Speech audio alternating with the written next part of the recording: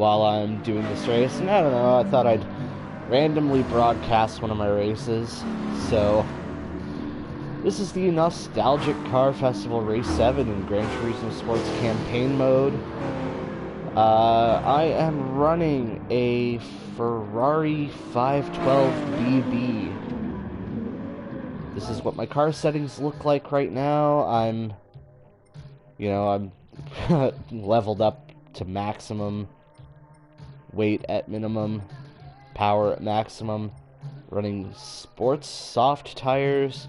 I have done literally nothing with the suspension, brake balance, differential, transmission. None of that's been changed. I just changed the power, weight reduction, and tires, and that's it. That's all I needed to do. So let's go back. So the track we're at today is Autodrome Lago Maggiore, the fictional track that's, I'm guessing, set in Italy, because why would you put an Italian name on a track that wasn't?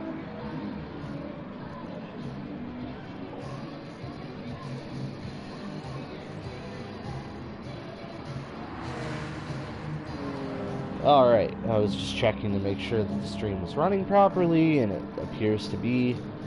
Alright, let's get the show on the road. So I got 9 laps of this. Let's make it count.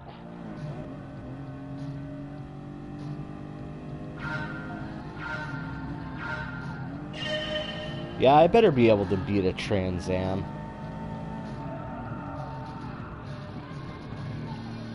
So I've changed a couple things about how I play this game since my last live stream of Gran Turismo. I'm playing with still a controller, but I'm using the analog stick and analog triggers for acceleration, braking, and steering. And I do notice a marked improvement in my abilities in this game. As well, I'm also favoring cockpit view over exterior chase camera view because, I don't know, it's more immersive. It feels more like I'm actually driving this classic Ferrari.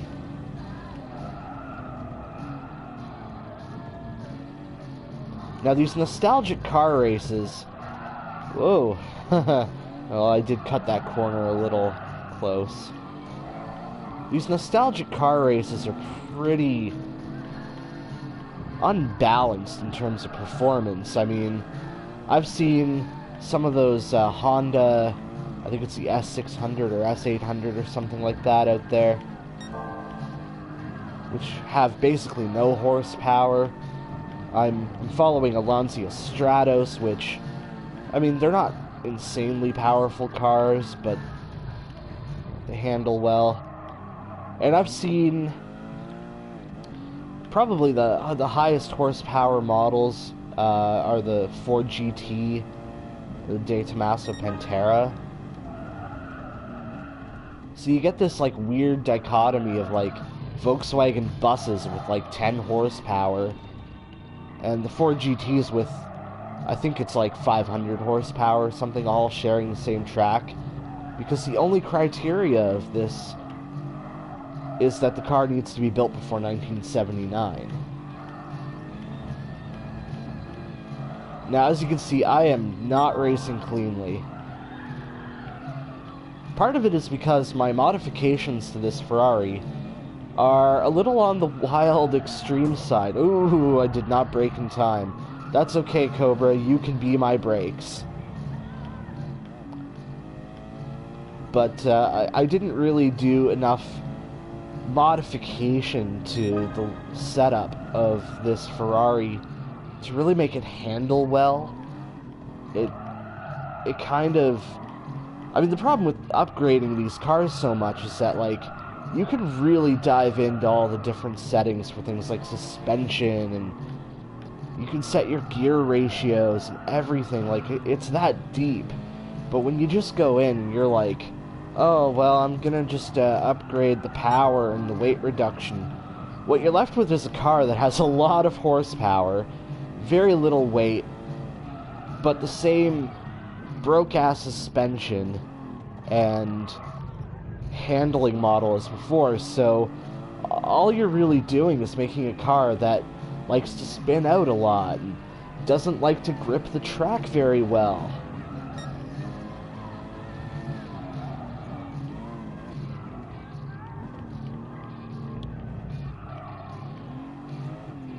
And I mean, you can finesse it a bit and get it to, like, obviously I'm doing that now that I'm out front. And I'm not worried about hitting anybody in front of me with my guided missile of a car. But, like, you can hear the tires squeal. Like, I don't know how it's going to sound in the live stream, but this car is not happy to go around corners. It would much prefer going in straight lines. A fact exasperated by the fact that this track basically only has hairpin corners. I mean, yeah, there's like a little chicane and there's right angle corners, but 6 out of 9. So we're actually quite far in this race. Whoop. Off the track. Whoops. Hey, there's that Trans Am I passed at the very beginning, so I'm about to lap him.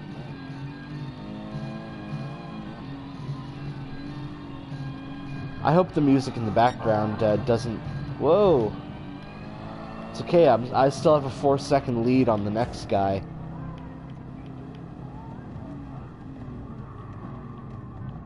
I'll be nice to you, dude in the Trans Am. I won't pass you or hit you from behind. I'll pass you, but I won't hit you. Good job. I also love just looking back and seeing... Oh.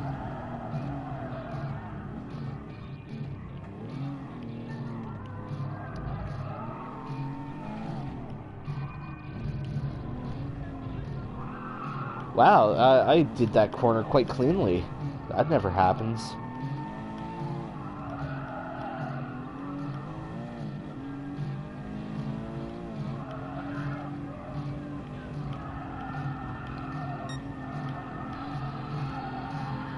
So I'm only streaming this race. I'm not gonna bore you guys with like 40 minutes of me going, oh, look at all this stuff. I just wanted to randomly live stream something today, and you know, I'm really enjoying playing Gran Turismo with the analog stick, even if I'm not doing that much better. I'm thinking I should perhaps get a better headset. My audio is really bad because I'm just using that stupid little earbud with the microphone that sort of comes with your PlayStation. It's as good of a microphone headset idea as I have. Unfortunately, I looked up the actual like PlayStation headset unit, the official Sony one, and it is way out of my price range. Like, I've never paid that much for like a professional set of headphones, let alone something for gaming. Alright, what am I passing here? Ah, an Alpine. I actually really like the new Alpine. I mean, it's basically a Renault, but it is a nice car. It's one of those cases of like a retro-styled remake, reboot, whatever you want to call it, of a classic car that captures the vibe of the old one, but without like looking retro. It looks fresh. So anyway, we're on our last lap. I'm still 4 seconds ahead of Mr. Vitala. And we're just about on the home stretch. I wonder if I'll pass these guys before I get to the finish line. Well, I'll pass the one. And across the line. Gold trophy.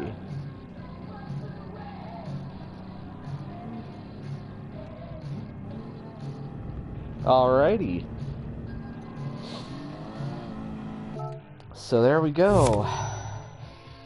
Add some more credits to the bank. Oh man, almost 100 miles today. Not bad. And yeah, there's my guy. Dressed in blue and purple. Looking snazzy. Anyway, thank you for watching my live stream. It's been fun, as always.